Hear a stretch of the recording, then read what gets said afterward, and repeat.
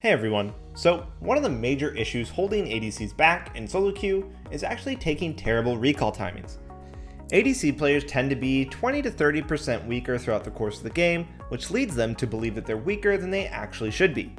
But if you fix your recall timings and smoothly hit your power spikes, you should be able to easily right-click your way to victory. So let's jump into it.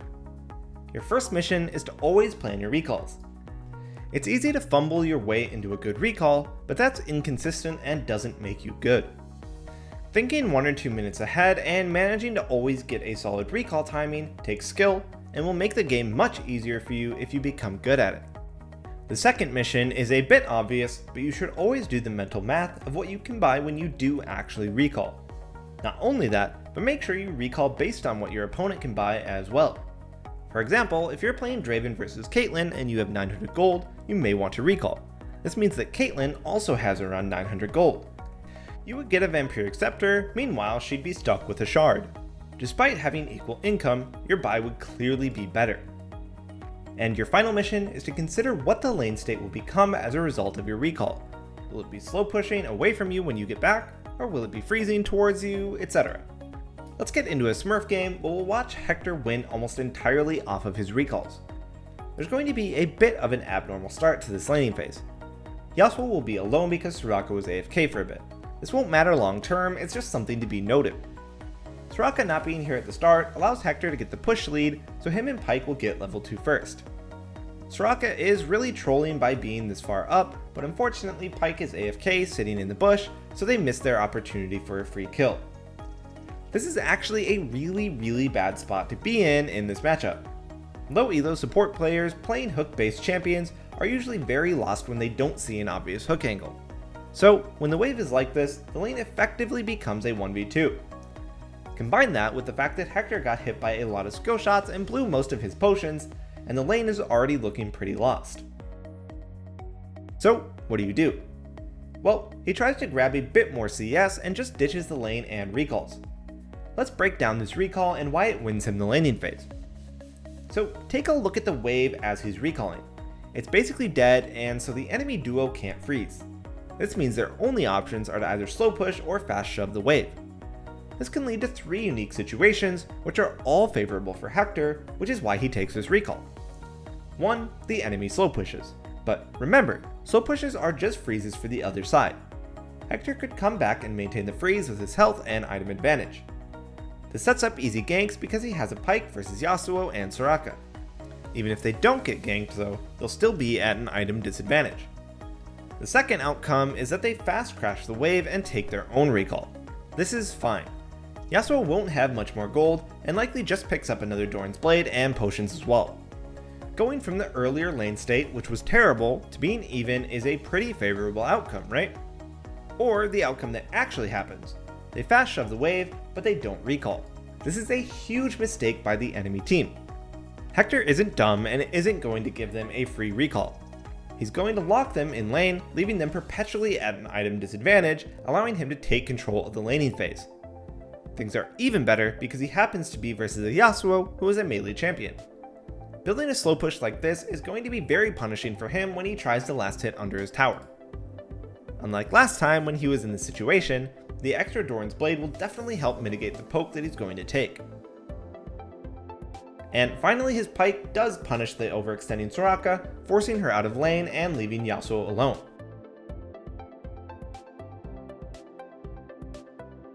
Then, as all low elo players do, he greeds and dies for free. This gives his team a numbers advantage to get dragon, but always fix your wave before going to take the dragon. Resetting it and making it bounce back to you is critical. Once that's done, he helps secure the dragon and recalls. We're going to skip ahead a bit since we do want to focus on recalling and not much happens during the lane anyways. After shoving out the wave, he looks to collapse and help his team, but the enemy bot lane just backs off. But LeBlanc is still out of position, and although it is a bit close because of the accidental turret shot that he takes, they do manage to kill her. What do you think they should do in this position?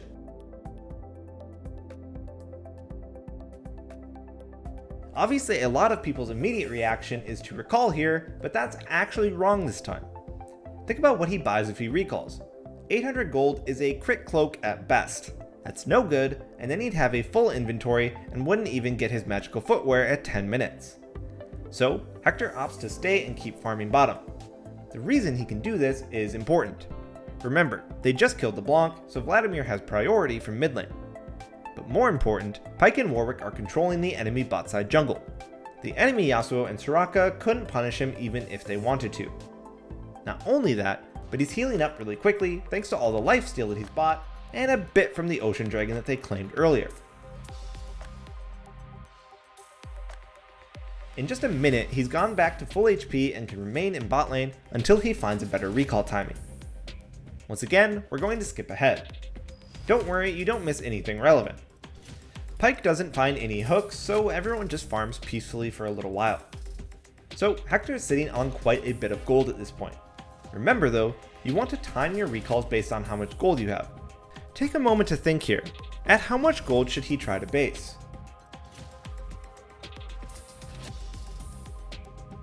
If you said 1800 gold, you've got a sharp eye.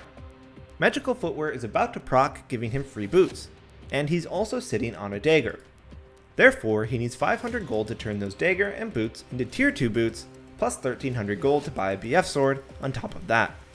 That's a really solid base, so he just needs to stick around for a couple more waves.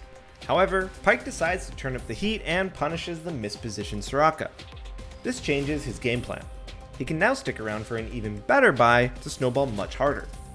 This kill ensures that he can safely farm the next wave coming in, and knowing that he can harass the Yasuo means that he'll need to base. That's going to guarantee a tower plate and another wave after this one. Hector doesn't hesitate to just use his ultimate on the wave, knowing that he won't need it because of how strong he'll be once he buys. He fully completes his Essence Reaver, and he's really online now. The second he's back in lane, he begins dumpstering them 1v2 because of how strong he already is. Then, when Soraka mispositions slightly, he just guns her down with ease. Again, let's skip ahead. The lane becomes a farm fest because of how scared the enemy bot lane has become. This allows him and Pyke to have complete priority, allowing them to mess with Ka, even though it doesn't amount to much. Then, he applies the same concept as before. He's patiently farmed until a good recall timing and immediately takes it. He gets the same 1800 gold buy that we talked about earlier, and he's even stronger than before. At this point, he's just killing Soraka under tower. Now he transitions his lead to mid, where he solo kills both assassins, though his heal was a bit insecure. At this point, he doesn't have to play anything well.